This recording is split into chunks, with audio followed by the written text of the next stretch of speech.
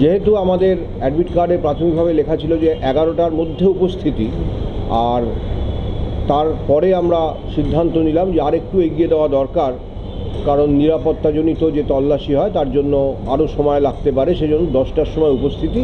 এটা আমরা প্রত্যেক পরীক্ষার্থীকে অনুরোধ করছি এবং আপনাদের মাধ্যমে সে অনুরোধ আশা করি তারা পেয়ে যাবেন, আমার বার্তা পৌঁছে যাবে। তা এটা একটা খুব গুরুত্বপূর্ণ দিক। মোট পরীক্ষার্থীর সংখ্যা আপনাদের আগেও বলেছি আমি, দুটো পরীক্ষা মিলিয়ে 5,65,000-এর মতন।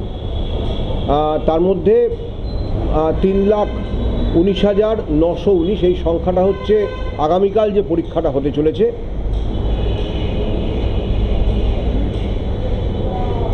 এটা আগামীকাল যে পরীক্ষাটা হতে চলেছে, আর যেটা 14 তারিখ হতে চলেছে, অর্থাৎ 11-12 একাদশ দ্বাদশ শ্রেণীর জন্য, সেটাতে 2,46,500 মতন, 2,46,000 কিছুটা বেশি, অর্থাৎ দুটো মিলিয়ে মানে 5,65,000-এর বেশি, প্রায় 66,000-ই হয়ে যাচ্ছে।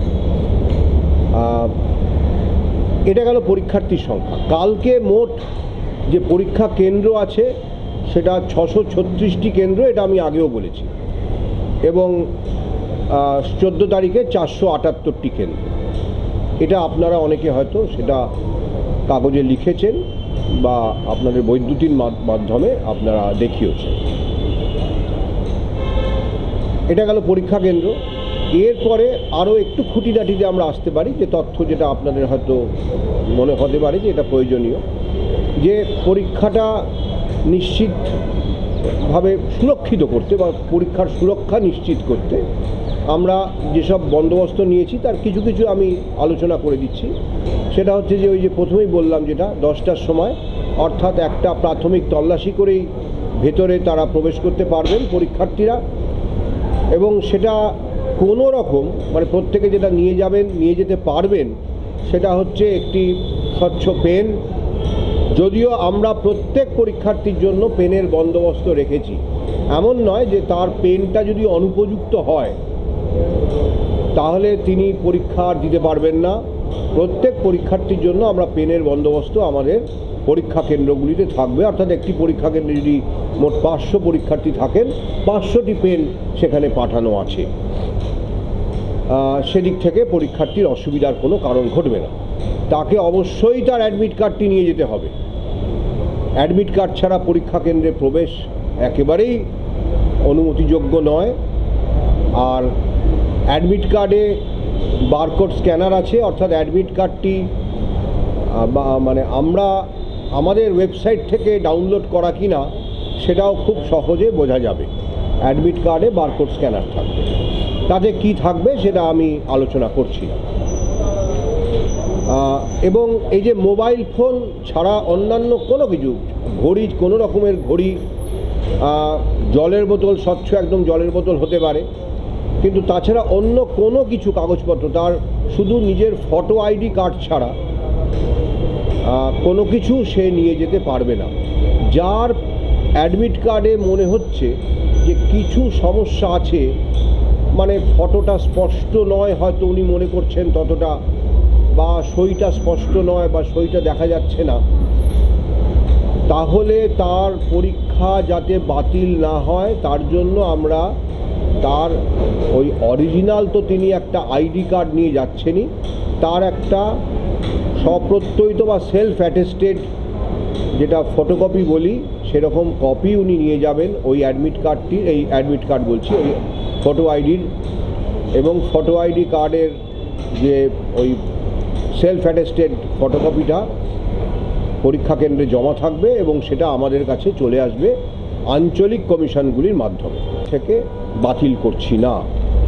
যদি কোনো কারণে অ্যাডমিট কার্ডে ফটো সিগনেচারে কিছু বিভ্রাট থেকে যায়, অর্থাৎ সই অস্পষ্ট, ছবি মনে হচ্ছে তার অস্পষ্ট, তিনি হয়তো দ্বিধার মধ্যে, সংশয়ের মধ্যে আছেন, এই ব্যবস্থাটা থাকছে। কিন্তু অ্যাডমিট কার্ড থাকতে হবে। অ্যাডমিট কার্ডটি সত্যি কি না সেটা বারকোড স্ক্যানার দিয়ে সহজেই ধরা যাবে। সুতরাং পরীক্ষার্থীর আইডেন্টিটি সম্পর্কে আমাদের ওটা মানে আশ্বস্ত করছে। প্রশ্নপত্রের মধ্যেও নানা রকম সিকিউরিটি ফিচার থাকবে। সেগুলো নিয়ে অবশ্যই আমরা কোনো আলোচনা করব না, থাকবে এইটুকু বলে দিচ্ছি। এবং সিকিউরিটি ফিচারগুলো এমন যে কোনোভাবে যদি প্রশ্নপত্র কেউ ছবি কোনোভাবে আমাদের নিরাপত্তা বলয় যে টোককে যদি কোনো বা ভেতরে অভ্যন্তরীণভাবে কোনো রকম কোনো প্রশ্ন লিখের চেষ্টা কেউ করেন, কোন পরীক্ষার্থীর প্রশ্নপত্র থেকে সেটা হয়েছে আমরা সে অবধিও ধরতে পারবো। সিকিউরিটি ফিচারগুলো একদম, যদি কালকে 3,19,000 পরীক্ষার্থী থাকেন তাহলে 3,19,000 ভিন্ন সিকিউরিটি ফিচার থাকছে। কিছু কমন থাকে, আর কিছু ভেরিয়েবল থাকে। আমাদের সেই ব্যাপারেও আমাদের যথেষ্ট মানে সিকিউরিটি ফিচার, খুব শক্তিশালী সিকিউরিটি ফিচার। এছাড়া আমাদের যেটা বলবার সেটা হচ্ছে পরীক্ষার্থীরা যারা আসবেন তাদের জন্য যদি কেউ কোনো কারণে কোনো মূল্যবান দ্রব্য নিয়ে আসেন যেটা কি না হলের ভেতরে নিয়ে যাওয়া যাবে না এবং তার সঙ্গে কেউ নেই যাকে তিনি যার কাছে ওটা রক্ষিত রাখতে পারেন, তাহলে মানে সুরক্ষিত রাখতে পারেন বা গচ্ছিত রাখতে পারেন, তাহলে তার জন্য একটা ক্লোকরুমের বন্দোবস্ত প্রতি ভেন্যুতে থাকবে, যাতে টোকেনের বিনিময়ে তিনি তার যে জিনিস মূল্যবান সেখানে জমা রাখতে চান সেটা জমা থাকবে। তারপরে আবার পরীক্ষার শেষে টোকেন নিয়ে তারা চলে যাবে। পরীক্ষার সময় 12টা, আমরা প্রত্যেক পরীক্ষা কেন্দ্রে 10টা থেকে 10:30টার মধ্যে আমরা প্রশ্নপত্র পৌঁছে দেব 636টা ভেন্যুতে এবং পরে পরীক্ষাতে 478টি ভেন্যুতে প্রশ্নপত্র পৌঁছে দেব এবং তারপরে পরীক্ষা কেন্দ্রে প্রশ্নপত্র বিতরণ শুরু হবে মোটামুটি 11:45 নাগাদ।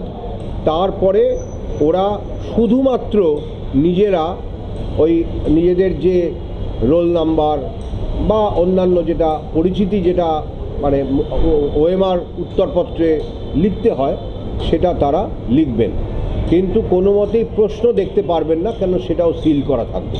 প্রত্যেক উত্তরপত্র এবং প্রশ্নপত্র মানে প্রশ্ন যেটা পুস্তিকা সেটা একটি প্যাকেটের মধ্যে থাকবে, তার হাতে একটি প্যাকেট যাবে, সিল প্যাকেট, সেটি খুলে তিনি দুটি জিনিস বের করবেন, একটি প্রশ্ন পুস্তিকা এবং একটি ওএমআর উত্তরপত্র। প্রশ্ন পুস্তিকাটি তখনও সিল করাই থাকবে, তিনি শুধু প্রথম পাতায় যেখানে যেখানে তার রোল নাম্বার লিখতে হয় উনি ওটা বাড়ি নিয়েই চলে যাবেন, যেটুকু লেখবার লিখবেন এবং অবশ্যই উত্তরপত্রটি ঠিক মতন পূরণ করবেন শূন্যস্থানগুলো। বিশেষ করে আমরা বলেই রাখছি যে 1 থেকে 5 এটা অত্যন্ত গুরুত্বপূর্ণ। ওএমআর উত্তরপত্রের মধ্যে 1 থেকে 5 যদি কেউ পূরণ না করেন, সব জায়গার ক্ষেত্রেই প্রযোজ্য, প্রত্যেকটি যেখানে যেখানে পূরণ করতে হয়, তবুও বিশেষ করে 1 থেকে 5-এর কথা বললাম, যে পূরণ না করলে তার উত্তরপত্রটি দেখা যাবে না, ওটাই বাতিল বলে গণ্য হবে।